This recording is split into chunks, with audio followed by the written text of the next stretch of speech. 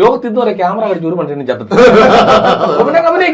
കൊള്ളത്തിലെ 3 പേര് വീട്ടിൽ നാട്ടിൽ കിട്ടുക അതുമൂലം കൂട്ടിയാ മതി.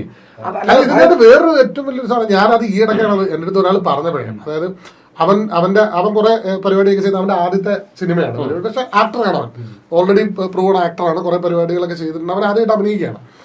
അപ്പൊ അവൻ പറഞ്ഞത് നമുക്ക് എല്ലാം കോൺഫിഡൻസ് ആണ്, ലൈൻസ് പ്രോപ്പർ ആണ്, എല്ലാ പരിപാടിയും എല്ലാം ഓക്കെ ആണ്, പക്ഷെ ക്യാമറ വെച്ചിട്ട് ഈ പറയുന്ന ഇത് ആക്ഷൻ പറഞ്ഞു കഴിഞ്ഞാൽ ആക്ഷൻ പറയുന്നതിന് മുമ്പ് റെഡി എന്ന് പറഞ്ഞാൽ റെഡി എന്നങ്ങോട്ട് പറഞ്ഞു.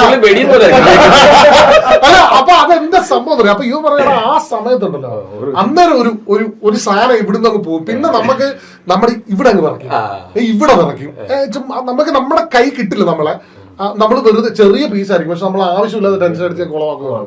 അപ്പൊ അതിന്റെ ശരിക്കും ഞാനും അവനോട് കണ്ടുപിടിച്ചൊരു കാര്യം, അത് എന്റെ സംഭവം എന്ന് പറഞ്ഞാല്, നമ്മൾ ആക്ച്വലി നമ്മളിപ്പോ ഒരു ഹോസ്പിറ്റലിൽ, ഭയങ്കര തിരക്കുള്ള ഹോസ്പിറ്റലിൽ ഈ ഒച്ചമേളം പരിപാടി കാര്യങ്ങളും ഒക്കെ നമുക്ക് കേട്ട് നമുക്ക് ആ സാധനം നമുക്ക് അവിടെ നിന്ന് വിഷമിച്ചൊക്കെ പറയാം, കാരണം നമ്മുടെ ബാക്കപ്പിംഗ് പരിപാടി ഉണ്ട്.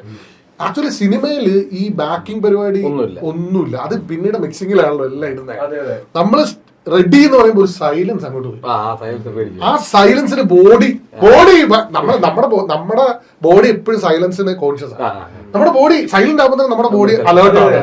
അതേ സമയത്ത് നമ്മൾ അഭിനയിക്കുമ്പോൾ അങ്ങനെയല്ല, ആ അലേർട്ടിനെ പൊളിക്കണം.